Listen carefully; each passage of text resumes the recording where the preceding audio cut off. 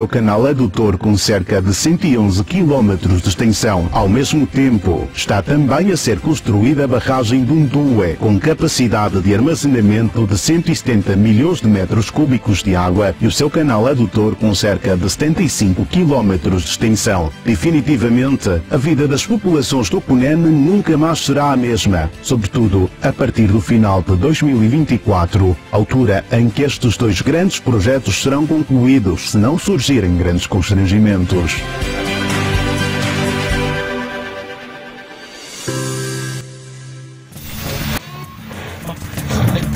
Rádio Angola Online, angolanamente. Renovados votos de muito bom dia para a estimado internauta que entrou agora em nossa sintonia e companhia. Este continua a ser o programa O Matinal aqui na sua rádio Angola Online. São agora 10 horas e na hora 10 é metido então o espaço entrevista social. E no espaço entrevista social de hoje vamos continuar a falar sobre o tema que estava a ser abordado no espaço A Voz do Povo. Vamos continuar a falar sobre o impacto do álcool e do tabagismo na saúde cardiovascular. E está aqui conosco o Dr. Hugo Quizela e também o enfermeiro Carlos da Costa. Renovados votos de muito bom dia e bem-vindos mais uma vez, né? Bom dia. Falamos ao mesmo tempo. Estão em sintonia, isso é bom. Ok. Bem, olha, eu gostaria que voltassem a situar os nossos internautas sobre o que estamos aqui a dizer, porque há internautas que se entraram agora em nossa sintonia. Ok, os que estão nos a acompanhar agora, renovamos também as nossas saudações. Estamos a falar sobre o impacto do alcoolismo e tabagismo na saúde cardiovascular. E na primeira etapa tivemos a oportunidade de ouvir o que o povo pensa sobre este assunto. Conseguimos aqui também desenvolver de forma introdutória a importância de se abordar este tipo de situações. Falamos um pouco da fiscalização. Eu acho que o Carlos quer completar outra parte. Claramente. Né? O tema foi muito bem abordado inicialmente, mas vamos reforçar aqui de novo para todo mundo estar situado sobre o tema.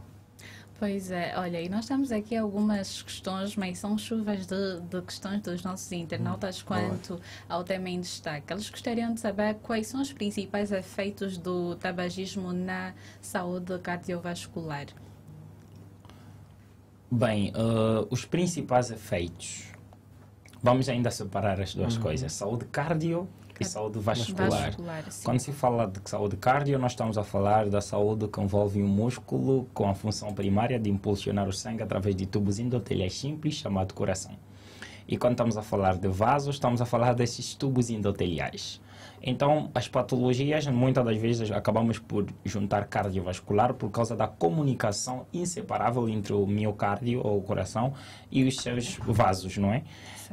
Então, falar da saúde cardiovascular, os primeiros são danos que podem acontecer a nível do endotélio, não é? Que é a parede interna das artérias.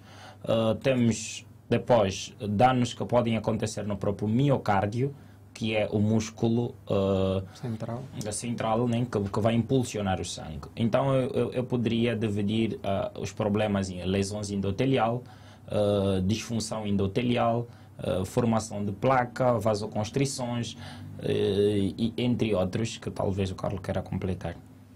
Sim, ele na verdade falou do ponto, né? O tabagismo acaba sendo muito significativo na saúde cardiovascular, porque é um dos principais fatores de riscos, né, para doenças cardiovasculares. Então, quando nós falamos sobre, vou falar separadamente também para pelo menos nós termos aqui noção, sim. O aumento principal, né, de risco de doenças cardiovasculares, né, como o infarto, o AVC, estamos a falar sobre essas doenças que, se você passar a consumir o tabaco, né, ou derivados do tabaco, acaba tendo maior chance de adquirir essas doenças. E não ficamos só por aí, falamos também sobre a hipertensão, né? Então, há uma ligeira, né, elevação da tensão quando você consome o tabaco, né, ou o cigarro, e acaba sendo tipo, de forma progressória, né? Quanto mais você consome, há maior probabilidade de você adquirir uma hipertensão. Além disso, existem outros principais pontos, como danos na lesão do tecido e danos oxidativos, né? A redução do oxigênio. Bem, e como é que o álcool em excesso pode afetar o coração? Bem, ali eu vou começar por falar da lesão. Né? Ok. O excesso de álcool a nível do organismo, né? Acaba por criar uma coisa que em patologia vascular nós chamamos da triologia de formação de placa. Esse é o primeiro ponto. Nós temos ali uma parede do vaso que começa a sofrer, não é? Devido ao excesso, tal como o excesso de açúcar, o excesso de gordura pode lesar e também o excesso de álcool pode lesar. E quando nós temos uma lesão endotelial, nós acabamos por ter o que nós chamamos de disfunção endotelial. E a disfunção endotelial leva a um processo que chamamos de recrutamento de células até a formação de uma placa. E é neste quadro que o alcoolismo te leva para uma patologia chamada aterosclerose. E esta placa formada tem 4 destinos. Salvo-vos de detalhe, falo de 2. Pode evoluir para uma obstrução ou também pode sofrer um fragmento e ir para a embolização. Quando este êmbolo migra na corrente sanguínea, se encontrar uma região em que ele não pode atravessar, se for cardíaca a nível das artérias coronárias, ele cria o que nós chamamos de infarto agudo do miocárdio. Se esta placa passar essa região, chegar pelo menos até o tronco branquicefálico, carótida comum esquerda, que são as artérias cerebrais, ele cria o que nós chamamos de AVC isquêmico, que pode evoluir, associação de uma aneurisma, dar uma hemorrágica. Se migrar a nível do pulmão, ele cria um problema pulmonar que chamamos de tromboembolismo pulmonar. Então, além disso, nós temos o outro lado que é a desidratação, com problema de álcool. O álcool acaba por levar o indivíduo a urinar bastante. E urinando bastante, tudo bem que nós temos feito a excreção de produtos tóxicos, que é a ureia, a creatinina, mas eu acho que o excesso de trabalho a nível renal pode levar o indivíduo a uma falência renal, que é uma patologia muito complexa e muito complicada de ser tratada. Mas, ao mesmo tempo, essa desidratação faz com que o paciente elimine íons que são importantes. E o Carlos, por acaso, foi meu estudante, sabe que eu falo sempre isso, que o corpo é bioquímico. Então, a eliminação destes componentes como íons de sódio, cálcio e potássios, que são componentes muito importantes para a saúde cardiovascular, acaba complicando ali a movimentação desses íons a nível da membrana miocárdica e o coração começa a ter problemas de ritmo. Entendeu? Por isso é que, para quem consulta as literaturas, vai perceber que o alcoolismo está associado a arritmias. E alguém uma vez pergunta, mas como é que o ritmo é um problema mecânico? Não, o ritmo é elétrico. E essa eletricidade depende de transporte de íons a nível da membrana. E esses íons que eu acabei de citar, que são sódio, cálcio e potássio, são responsáveis pela contração e relaxamento do coração. Então, é um problema que de certeza poderia aqui falar de outros, mas estamos a partilhar o painel, então pode aumentar. Será um prazer. Mas, Carlos, falou bem na primeira parte sobre o limite, ou as pessoas confundem, né? A dosagem de álcool, essa coisa toda. Será que existe uma quantidade segura de álcool para o coração? Na verdade, não existe, né, de uma quantidade segura para o coração, porque acaba não só afetando o coração. Nós estamos preocupados com um todo, né? Certo. Não simplesmente com o coração. Se não vai afetar o coração, vai afetar o fígado. E o Dr. Hugo aqui falou muito bem sobre, quando descreveu sobre as consequências que isso pode levar. Eu queria dizer aqui, né, de gênero para gênero, por exemplo, para as mulheres. Uma mulher, normalmente as mulheres têm tendência de ficar mais embriagadas do que o homem. Por quê? Certo. Por conta do tecido adiposo.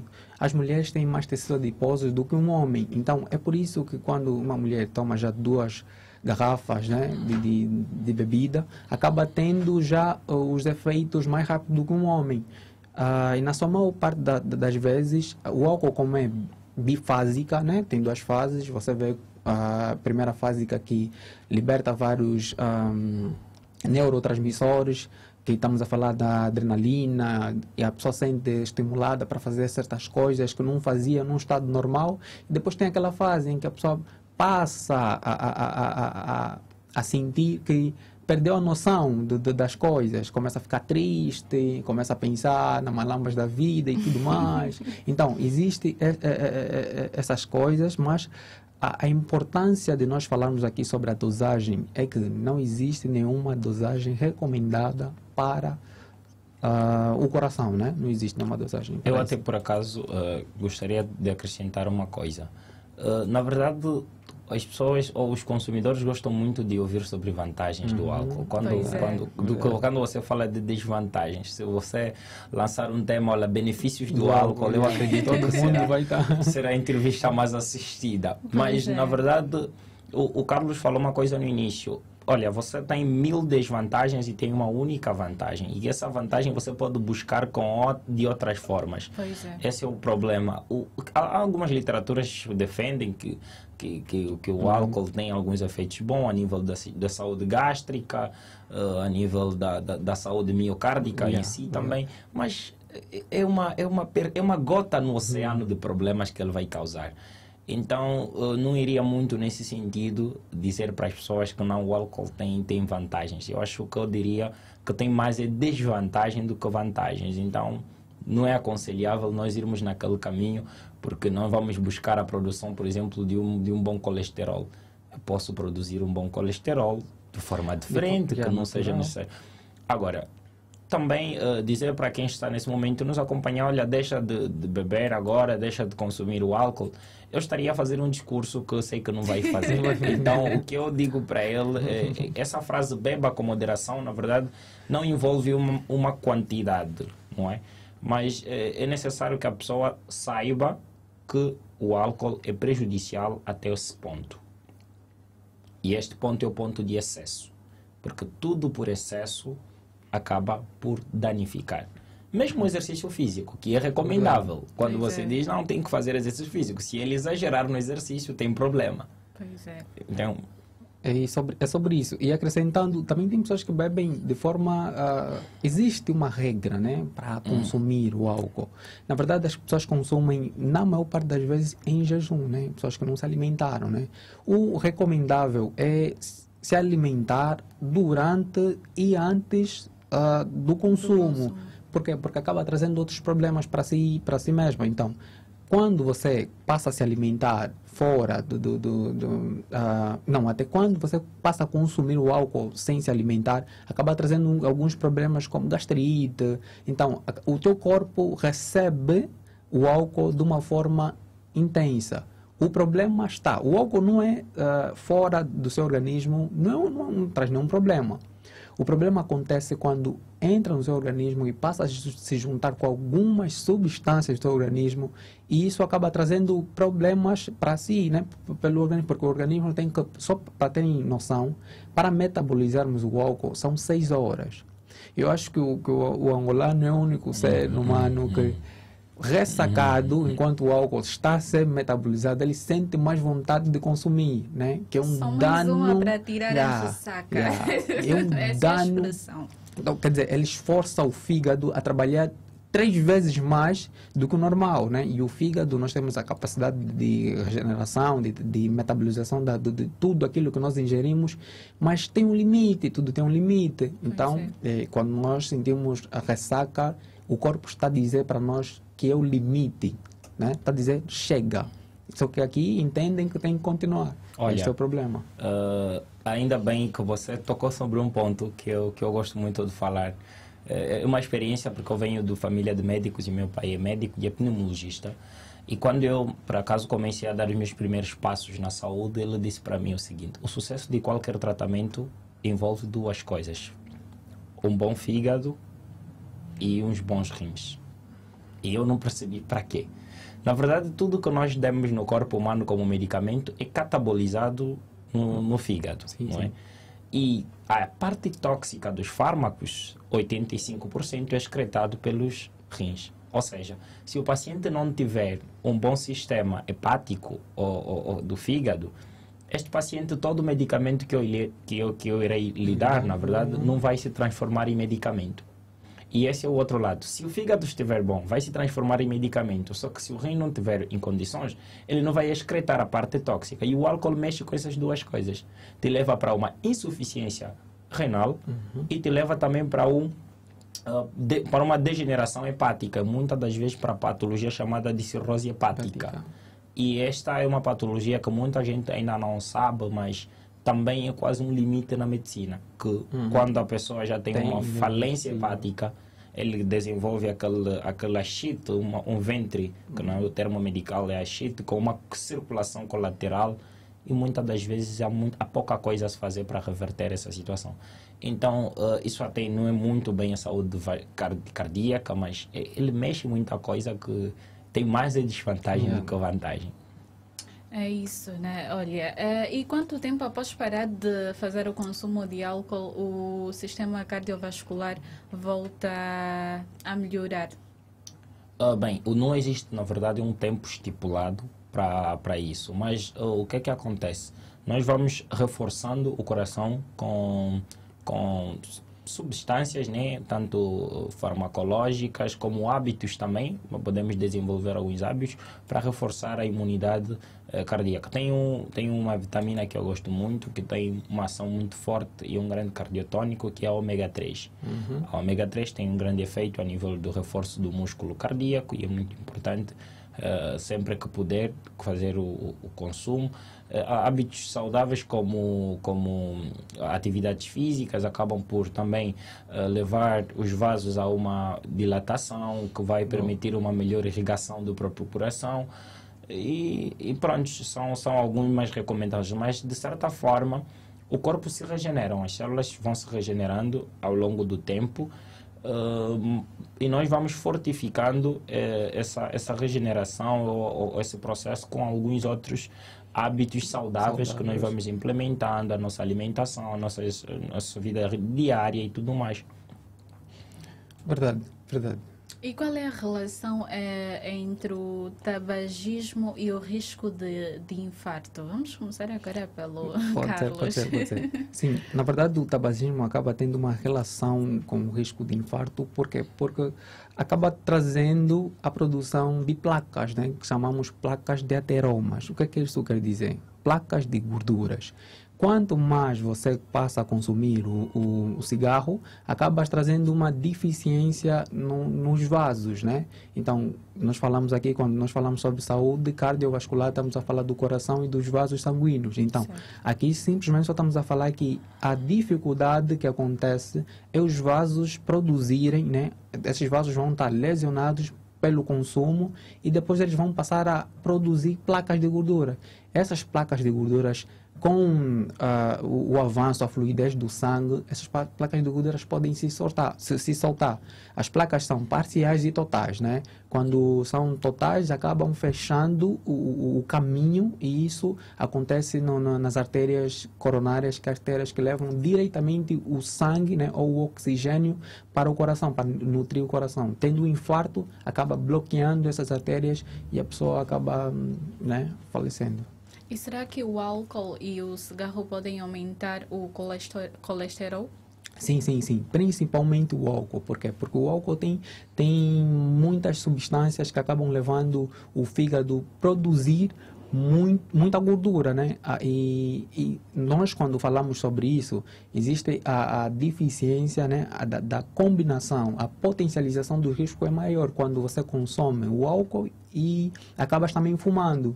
Então, existe uma potencialização para pelo menos você produzir isto em excesso. Bem, Hugo, normalmente com que idade o coração de um fumante começa a sentir os impactos do tabaco?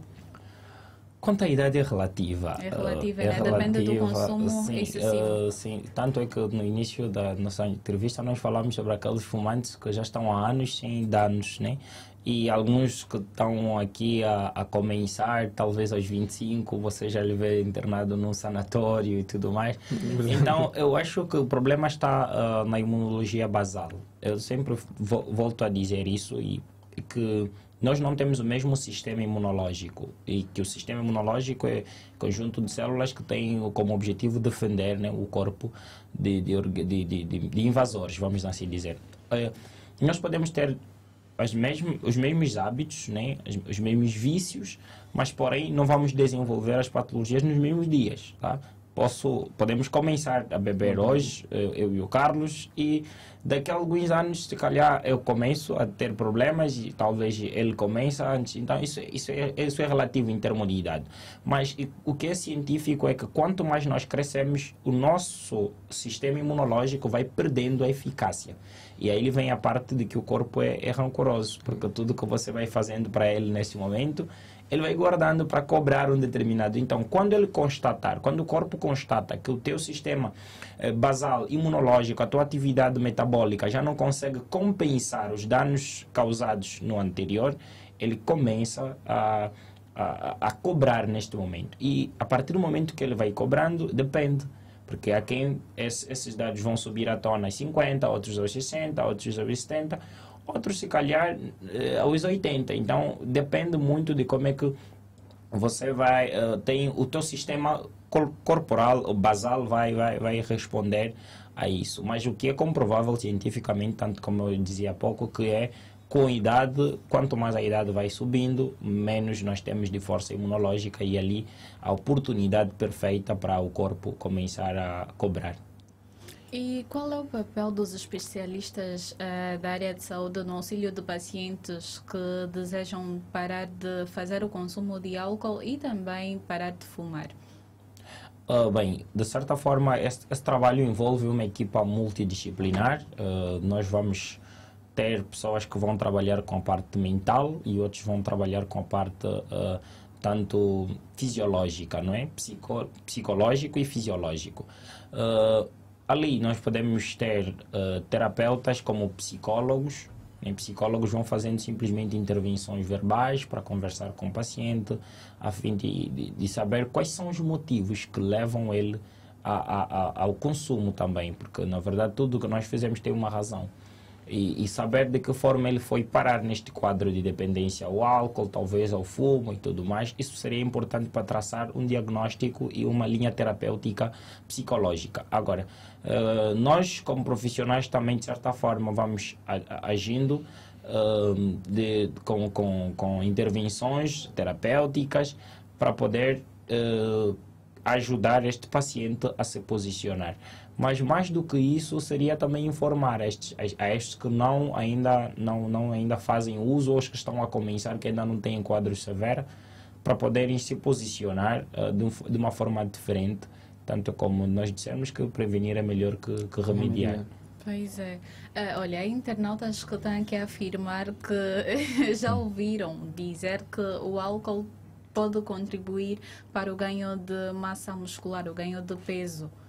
Olha, essa afirmação é verídica? Isso é verdade, porque a massa muscular é resultado de lipólise. Okay? Gordura. A lipólise é o processo da degradação da gordura. A glicólise é de açúcar. Sim. O corpo humano tem 3 fontes de energia. Falo 3 de forma fisiológica, mas nem dá para usar o terceiro. Vou falar o porquê. Nós temos açúcares, que são primeiras fontes de energéticos. E tanto é que no álcool também tem açúcar, por acaso. Tem açúcar. E depois nós temos as gorduras. Quando o corpo humano está sem açúcar, usa gorduras. Por isso é que se ficares em jejum extremo, a pessoa emagrece.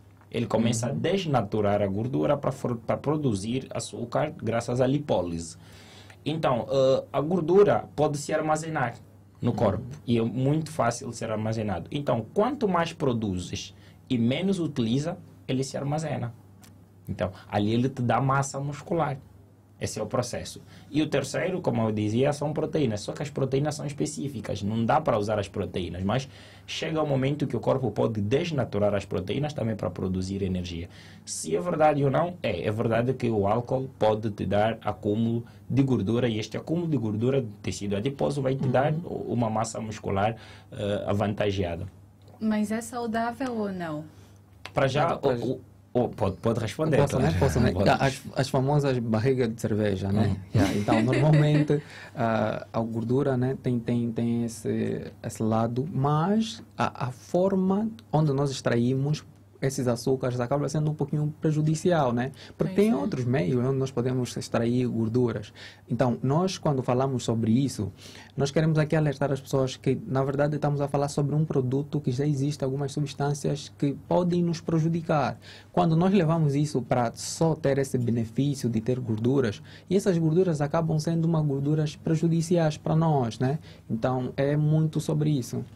E para já não existe nenhuma parte da literatura da medicina que diz que você, quanto mais gorduras tens, melhor. Não tem, por acaso, até é também um outro problema, que é o acúmulo de gordura. Isso também vai dando outros problemas de saúde. Então, não vejo...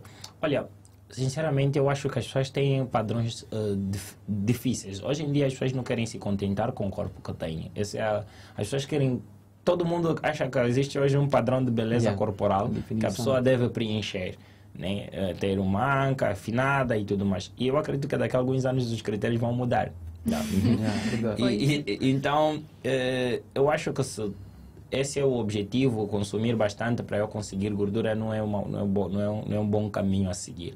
De certa forma, tu podes conseguir massa muscular com outras formas, né? Exercício controlado, e não apenas através de gostaria que talvez nós tivéssemos mais uma conversa do gênero num outro programa sobre a famosa essa moda de jardas e tudo mais. As pessoas querem... Vamos já agendar. Porque nós temos aqui muito a juventude a fazer uso de fármacos, que eu já tive a oportunidade também de palestrar um pouco sobre isso, para os seios, para os glúteos. São situações que as pessoas querem encontrar benefícios, porque não consumindo mais cuca, a cuca dá mais massa, porque são coisas que não tem nada a ver, nada contra a empresa, mas eu estou a fazer o meu papel dizendo que não é por ali, E o Dr. Hugo falou de algo que me chamou a atenção sobre as empresas, né? Nós falamos sobre o produto, mas não falamos sobre as empresas que produzem. E é complicado, né, chegar a atingir essas empresas, porque na verdade tem uma grande influência, a verdade seja dita, né? Tem uma grande influência até na promoção, né, dessas mesmas cervejas, porque nós nos perguntamos, se nós falamos sempre das consequências, por que há ainda muita distribuição? Eu acho que a única coisa que eu gostei só foi o aumento do preço, né? Agora tem aumentado muito, não sei se é por conta... Isso é uma maneira, por acaso, eu tenho um amigo que nesse momento está fora. Ele disse, olha, Hugo, ficar bêbado fora custa muito. As pessoas não estão a consumir também, porque ele pensa, pronto, entre leite e isso, eu vou gastar tanto dinheiro para isso.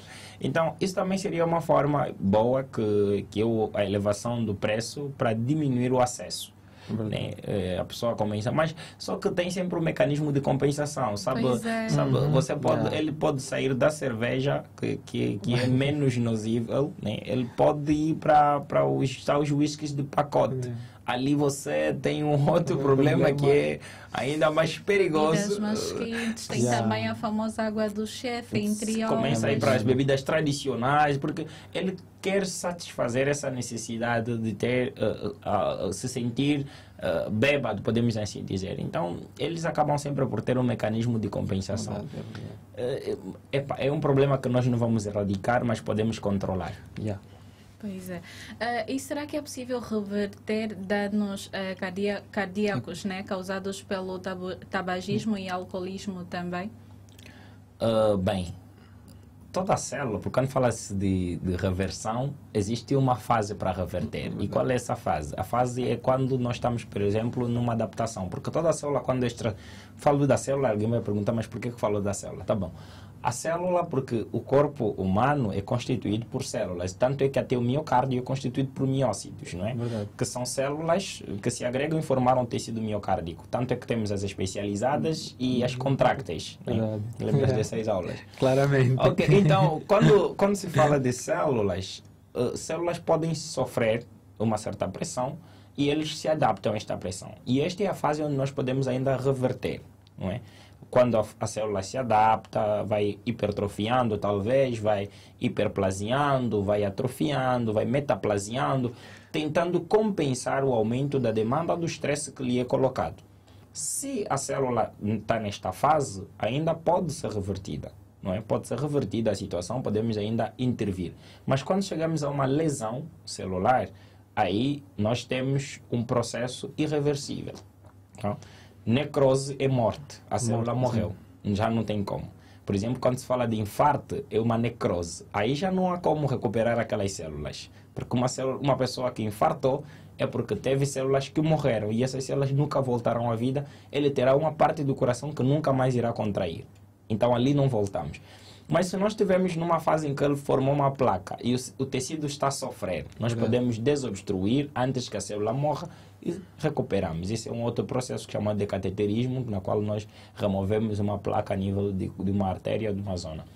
Então, isso vai depender da fase onde o paciente está para podermos falar de recuperação ou não, né?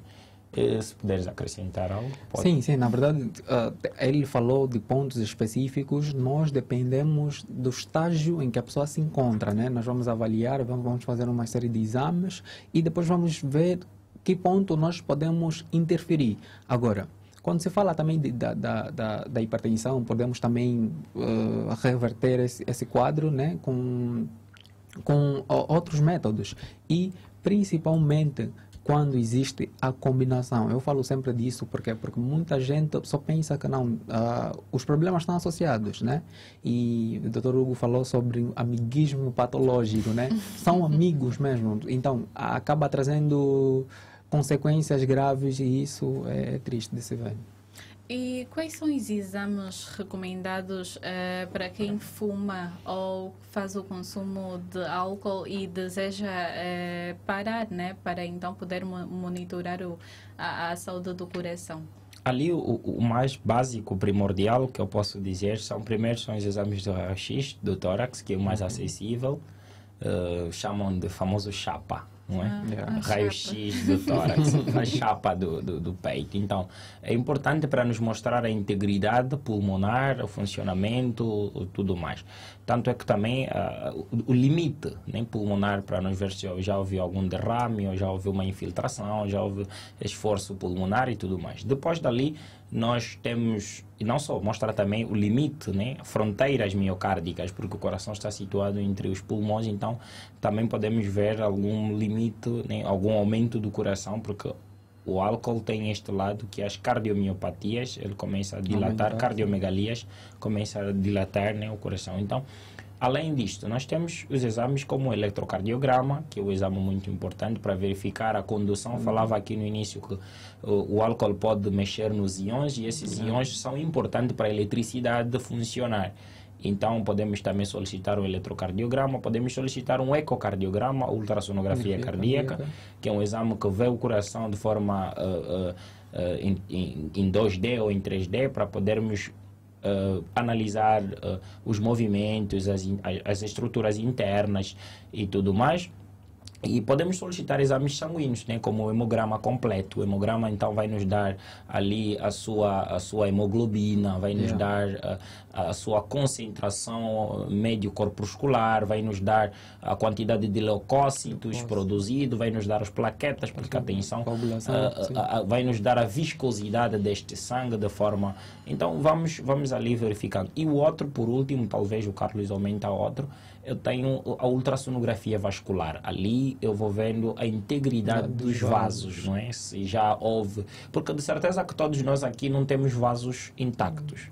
Tá, isso é afirmação. Ninguém tem um vaso sem gordura. Ninguém. Porque nós somos consumidores de hambúrgueres, cachorros, comemos muita batata frita e tudo mais. Então, de certa forma, que todos os nossos vasos têm alguma placa ou uma gordura que já vai se acumulando ali. Tá? Mas nós não vamos evoluir, talvez, de forma rápida devido a outros hábitos também que temos. Se calhar corremos um pouco, caminhamos um pouco.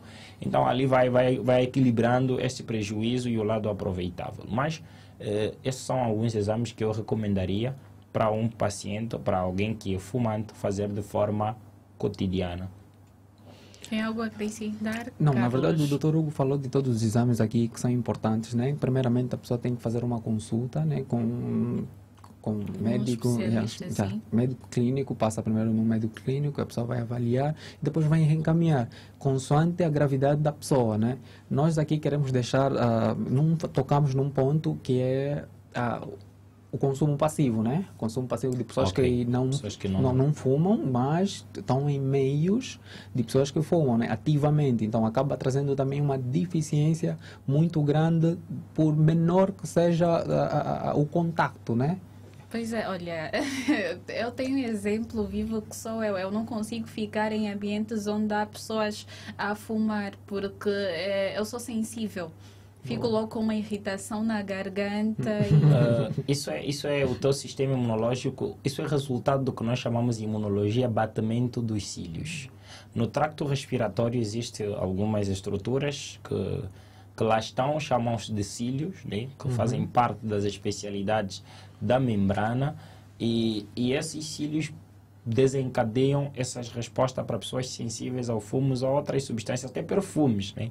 Existem pessoas que... Então, quando os teus cílios são muito sensíveis, quando entram em contato com esse tipo de substância, esse tipo de radiação e tudo mais, ele acaba reagindo na hora. Isso é muito bom, isso mostra que, de certa forma, o teu sistema imunológico em termos respiratórios está bom, porque há pessoas que podem lá estar, apesar de que não é bom para ele, mas o corpo não reage. Não é? Pois é.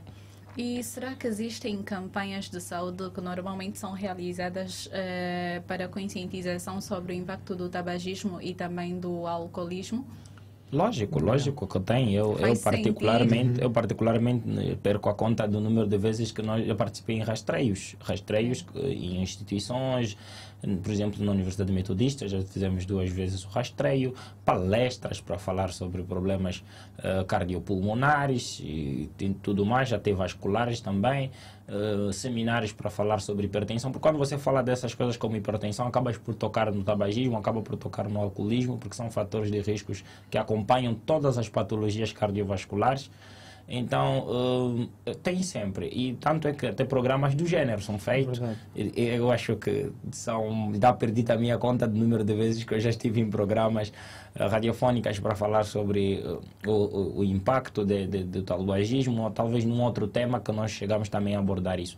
Então, acho que tem-se feito. O que eu aconselho é que se continue a fazer. Por parte do executivo, pronto, eu já participei também em outras atividades estatais, né, que envolvem este tipo de situações, e tem-se criado também meios para aqueles que já estão poderem sair. Nós temos a criação, por exemplo, do Dom Cardeal de Nascimento, um grande hospital, para dar resolução a esses problemas, e eu acredito que estamos no bom caminho, só precisamos continuar para podermos minimizar esses dados, porque o nosso problema, na verdade, não vamos conseguir erradicar.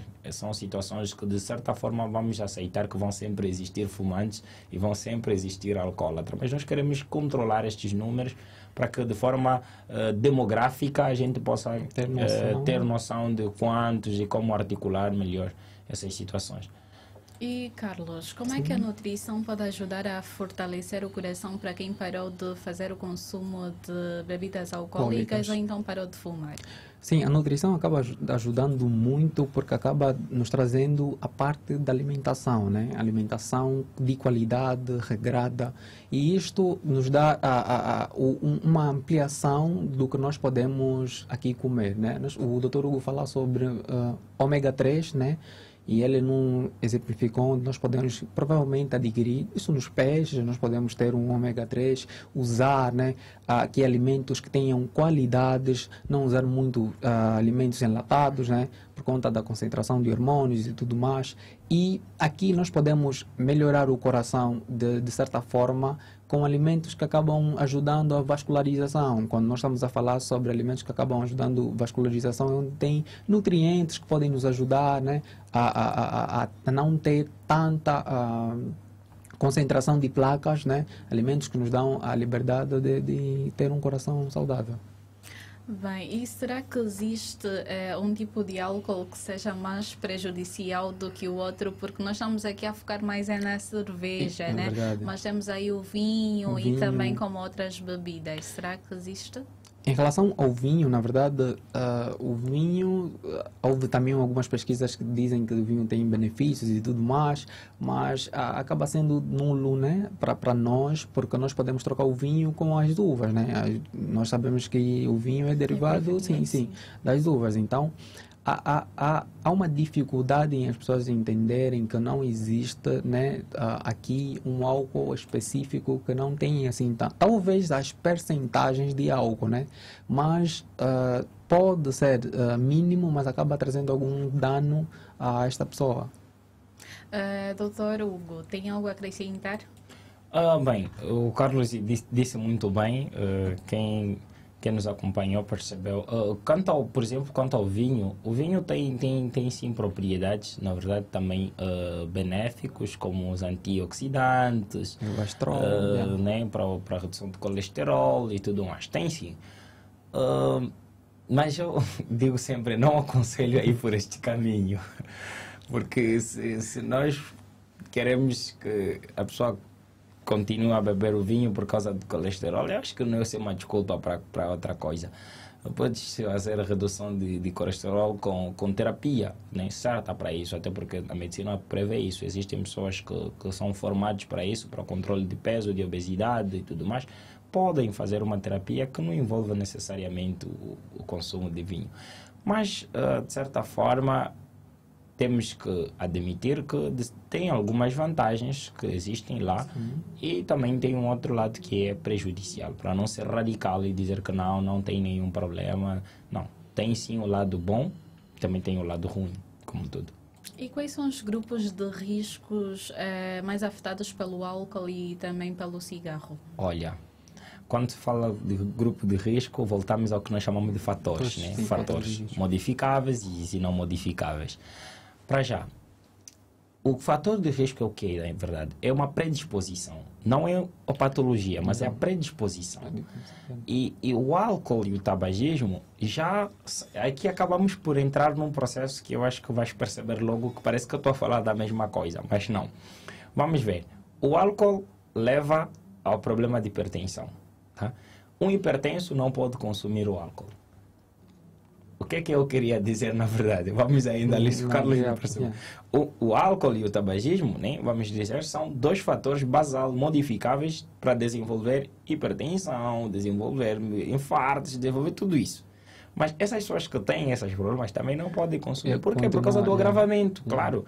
Sim, porque se eu já sou hipertenso, eu tenho uma vasoconstrição basal, eu tenho uma resistência vascular periférica, eu não posso mais consumir alguma substância que aumente essa vasoconstrição, que possa favorecer o surgimento para agravar ainda a minha situação. Então, hipertensos são grupos de pessoas que estão em risco para isso, diabéticos são grupos de pessoas que estão para isso, pessoas que têm insuficiência renal crônica, tanto aguda, são pessoas que têm problema com isso, grupos de pessoas hepáticos até nem vou falar, porque aqueles mesmos já não podem nem devem, problemas de pessoas com alguma doença pulmonar basal, asmáticos, pessoas com DPO6, podemos assim dizer, pessoas com restrições pulmonares, não podem, pessoas com patologias mistas pulmonares, não podem, ex-pacientes de tuberculose, não podem, pessoas com histórico de neoplasia ou cânceres pulmonares na família não podem,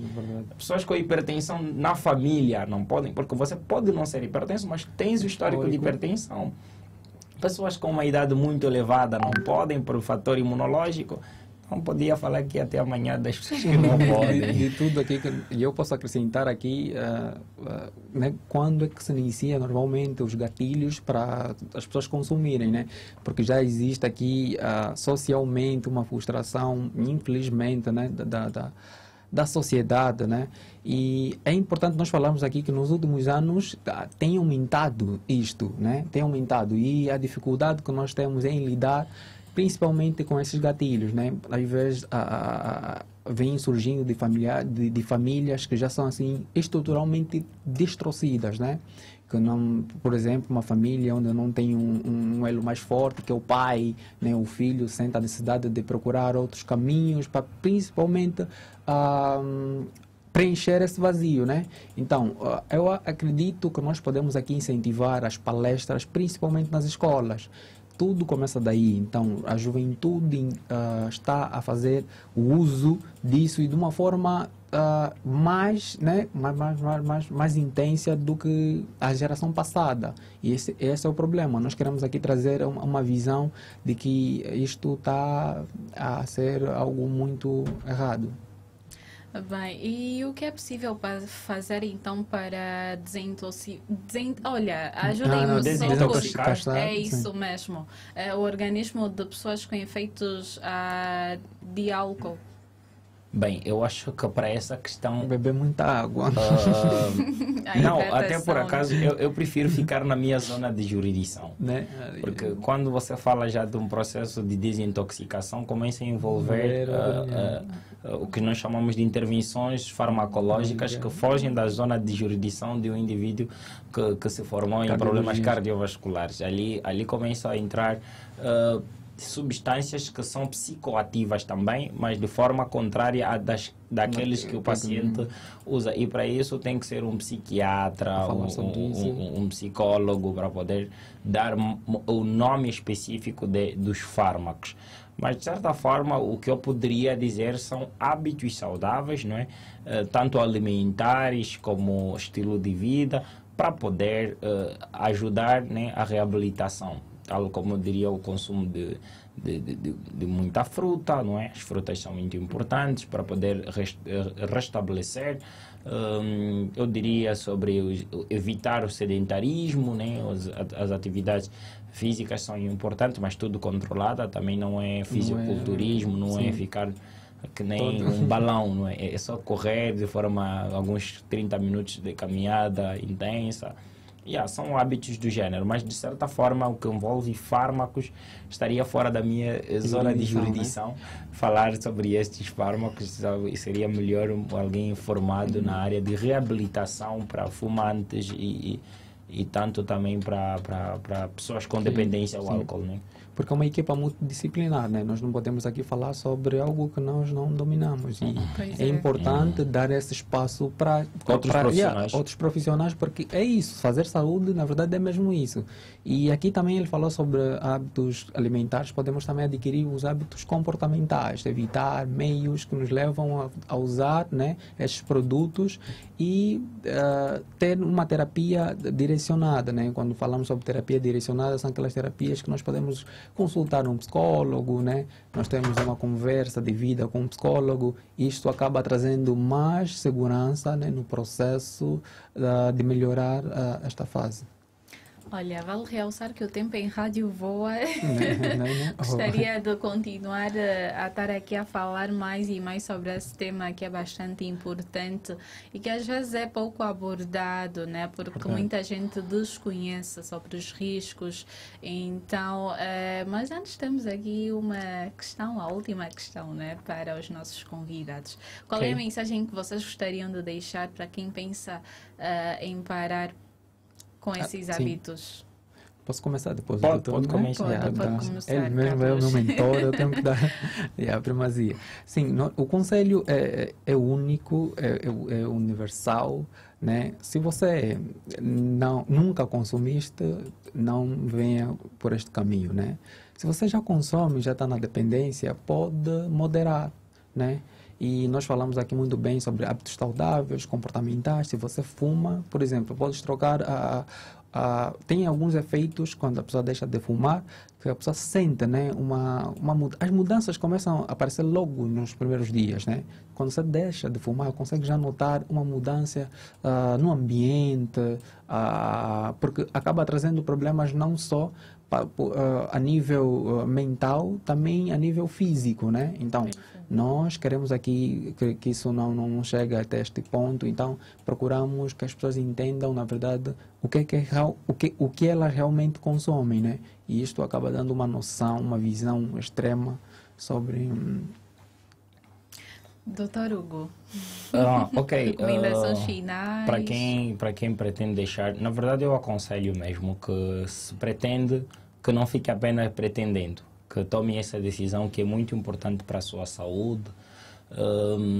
Eu falo assim, não deixas de ser jovem se tu não fumas. Também não deixas de ser jovem se não beberes. E podes te divertir sem o álcool, podes te divertir sem o fumo. Esta é a minha recomendação de forma sintética. Tá? Obrigado.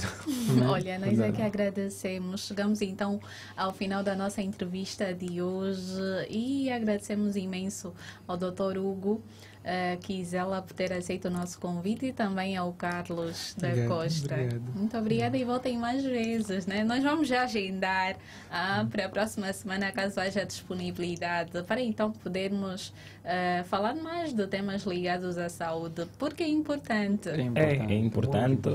Aproveito também a agradecer o convite. Foi bom a recepção, entusiasmante, que o tempo quase não vi passando. E foi assim, que é mais uma experiência. E obrigado a vocês. Continuem esse grande trabalho que vocês têm com a sociedade angolana. E assim vamos fazendo, porque eu digo assim, Angola se faz com gente que faz. Tá? Pois é. Obrigado. Até a próxima, né, Carlos? Obrigado. Tchau, tchau. Chegamos então ao final da nossa entrevista social de hoje. Esperamos então que esta conversa tenha servido de alerta e também incentivo, né, para os nossos internautas que nos acompanharam. É um ponto final. Falávamos então sobre o impacto do álcool e do tabagismo na saúde cardiovascular. Voltamos amanhã no mesmo horário e sintonia com mais entrevista. É um ponto final. Vamos agora para a pausa. Pausa para publicidade, porque voltamos daqui a pouquinho, né, com mais informação. No âmbito do programa de combate aos efeitos da seca no sul de Angola, em particular,